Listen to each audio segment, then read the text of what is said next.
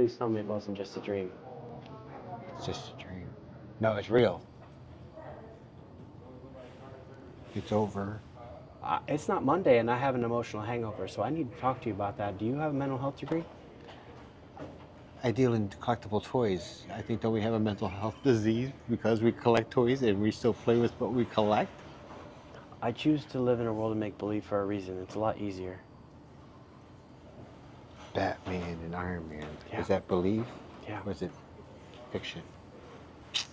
I think we can find a little bit of both of them in all of us. Probably a lot of it, since they don't have superpowers. Oh, They had no. Battle of the Bucks. Oh, absolutely. Yeah. So, thank you for inviting me to play in your sandbox today. It's a long time coming. I needed to be emotionally ready to take it all in. I needed to be able to articulate the story in the best way that I could. And I'm really glad that I was careful with it, because it feels like a lot of these people are family. I've been in the business, show here for 35 years, but I've been around most of these people for about 45 years, so another decade on top of that. Yes, I'm that old. Well, so what's the why?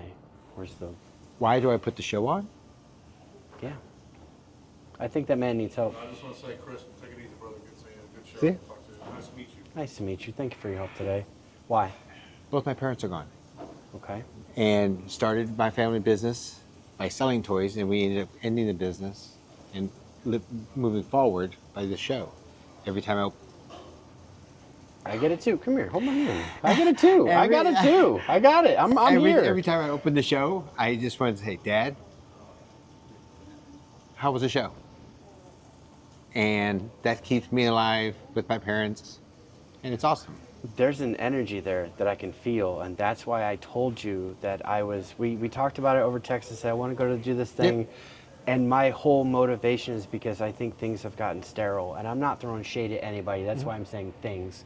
But when I walked in here, and there's a sign that says 88, and everything is just this warm brown, and it's just inviting. And I hate to compare it to this trend of like wood paneling everything that I grew up around, with these big entertainment centers and the TV, and you saw the collectibles, and you saw the VHSs, and you lived in this world that no one could interrupt. Yeah. And that's how I felt today.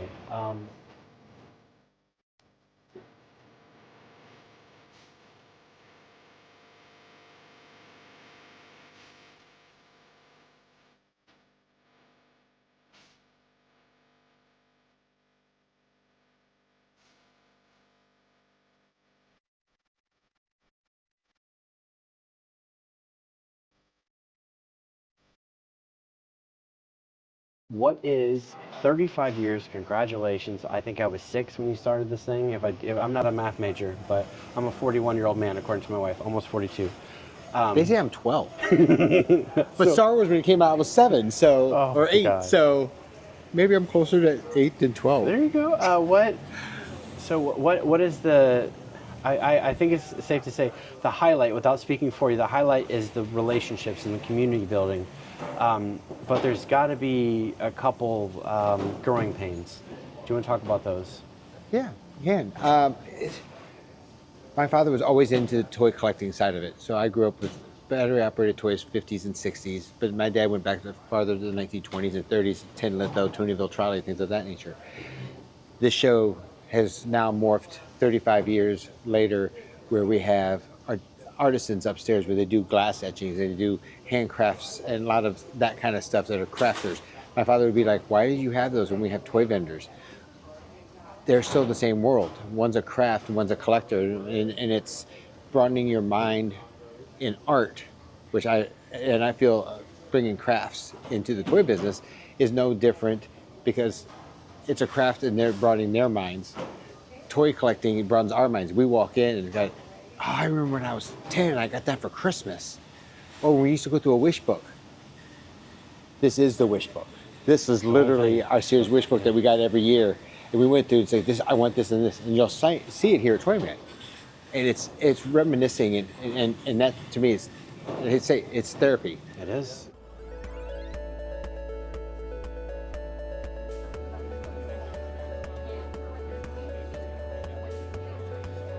I always like to jump into the conversation because I don't want to assume that anyone is unintelligent. We live in a world where everything can be accessed. But let's visit where it is and when it is for this time machine that you operate. It's once a month, is it?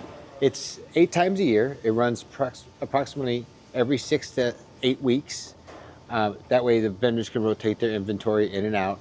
I have 135, 140 vendors on 200 and some odd tables. Even when we had an ice storm the night before, we had 700 people through the front door.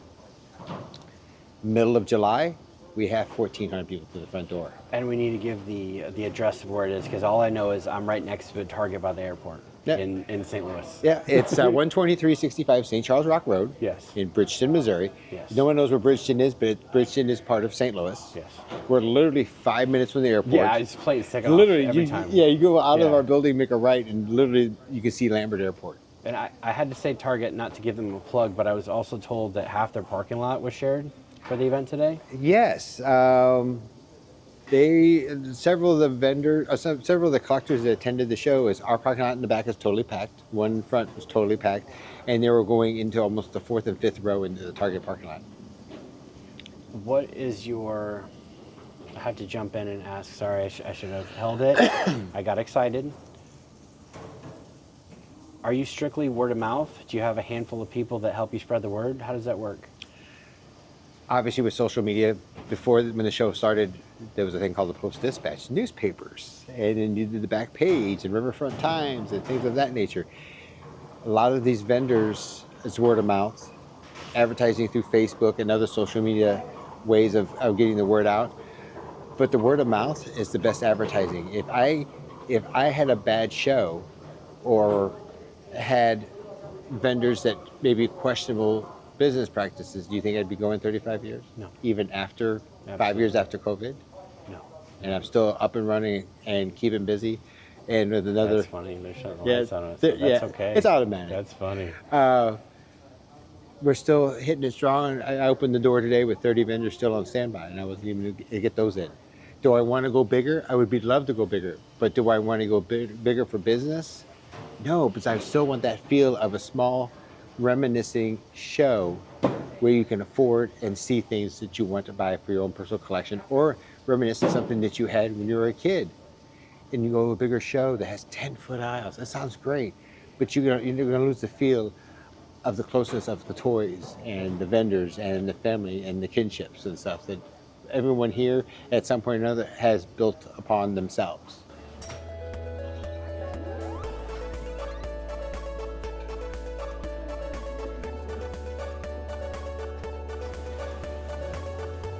It's very easy to jump on a trend. You told me out to lunch about a trend that you might have missed the boat on. Do you remember a story that you told me about something that had to do with stuffed animals? Would you like to share? Oh, how dare you do that. So, back in the day, and there's two stories there. One is the water baby. The water baby was featured at my show back in 1991. Uh-huh. And the guy featured it here. We had channel news, we had local channel Hold 2. on, what is a water baby? A water baby was a baby that actually had the temperature. When you touched the baby, it felt like it was water on the inside. Oh, okay. And it was like the next version of the Stretch Armstrong, which we had. All right. So he premiered it here, and within 6 months, Coleco bought it from him. Oh. And they went crazy for several years. Okay. It didn't have a bigger thing as Cabbage Patch dolls. Remember those when people are fighting over them? Yes, absolutely. So there was a group of individuals, a young lady from, I believe, St. Anne, St. John, Sure. which is a town fairly close, Sure. that said, hey, I heard about you having a toy show. And at the time, it was ToyMan Antique and Collectible Toy Show. And she wanted to feature a teddy bear. And I said, okay, what do you do with this teddy bear? She goes, you stuff it, and you can then put I'm thinking about putting maybe a note in it so that a loved one would later on be able to hear maybe a message or something. But I'm still working on that. And I said, ma'am, I'm sorry, good luck to you, but I don't think it's going to be a fit for the toy show because it'd be an antique and collectible toy show. Yes. Build-A-Bear. A bear to build? Yeah, a bear to build. A bear to build. And I'm not gonna say that I didn't turn her. Okay, maybe I turned her down to do a ToyMan show, but I didn't think that you'd be able to go to Germany, Paris, Texas, different country, different state. Greece, different country, different state. Literally go worldwide with a bear that you stuff yourself, and it would be that popular.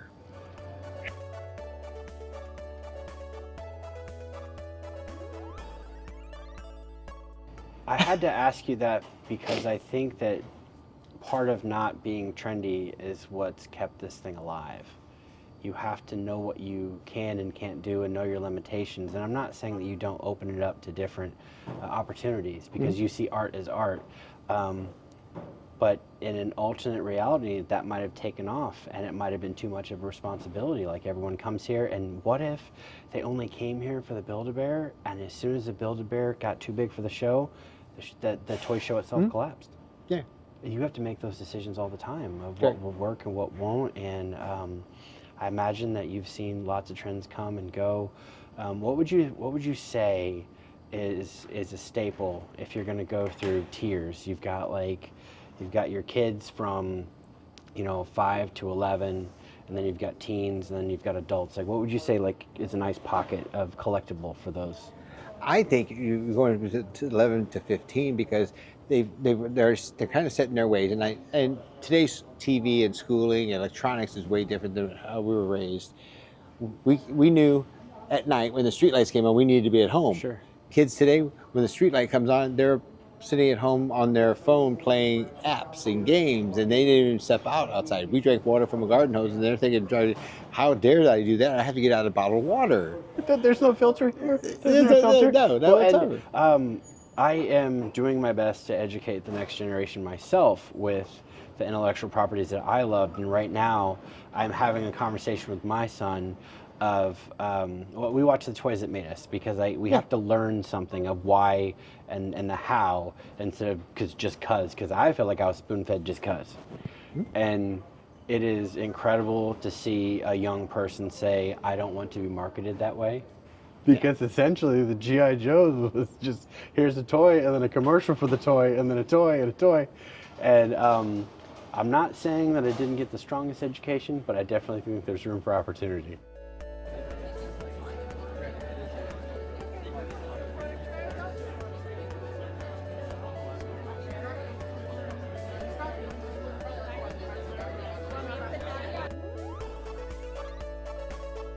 Definitely so, because back then TV was a media, and there was an educational media.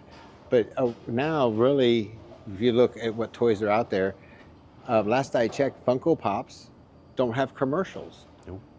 And if you want to go, instead of my background being marketing, and I think I'm doing a pretty good job, there's another one, not to plug this item, but Carmex, which is a lip balm. Yeah. Mm-hmm. You will never see, nor have you ever seen, a commercial for Carmex because they don't advertise. And it does what it does. It does what it does. It's a household name. Yep. And I think that's where ToyMan comes in. ToyMan, people, every show goes like, I never knew about ToyMan. What is this all about? And they come here and like, oh my gosh, why haven't I not had this part of my life? What did you say when you walked in and you saw this show? It's the most nostalgic thing I've ever seen. It's beautiful. Yeah. It's you're packaging it up, and it is it's a beautiful escape. Full transparency, I was with 2 kids under 7 yesterday for 12 hours. I got about 3.5 hours sleep, and I always push myself to do the best at everything that I can. Sometimes it comes with anxiety, sometimes it doesn't, but I got up on a couple hours sleep and drove a couple hours not knowing what I was going to get into, and it's just a wave as soon as you walk in, and it's beautiful, and I appreciate it so much. I will have to admit that almost every show, I go to bed at night before the show with anxiety, thinking, how am I going to do? The night before my shows, my brain is this. And a lot of things are going through my head. Hopefully it's a great show. And I'm not worried about a great show for me. I'm worried about the people that come into the front door and the vendors who are sitting behind the table, because that's what sells ToyMan. I can do all the advertising in the world, but if they come in the show and they didn't have a fun time or find something that they not found before, then why do I put it on?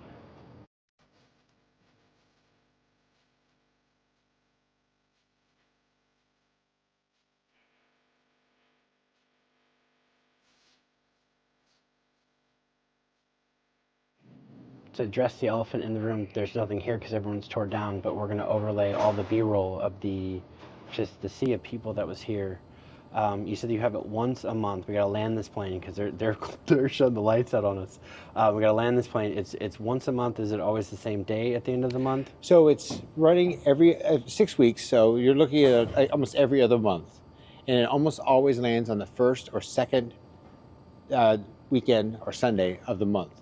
Reason why, there's local other events that happen the third weekend of every month, which is like, it's a local flea market called Belleville Flea Market, Belleville, Illinois. So I stay away from those. I also try to stay away from Mother's Day, 4th of July, and things of that nature. But it usually runs between 6 and 8 weeks in between each event. That's awesome. So I can put all the graphics on the screen. One more thing, the talent and the placement of the talent. You know what? The placement of everyone in general is inspiring because you get to have an experience. I noticed all day, it's very strategically set up, and I've been to larger conventions where it is a circus and it is a sea, and I feel that, I'm not throwing shade, but you don't have the same experience, and I feel this is more a directed and a curated experience because everything that was of the same genre or style, or hey, I'll like this and I'll like that, was all together.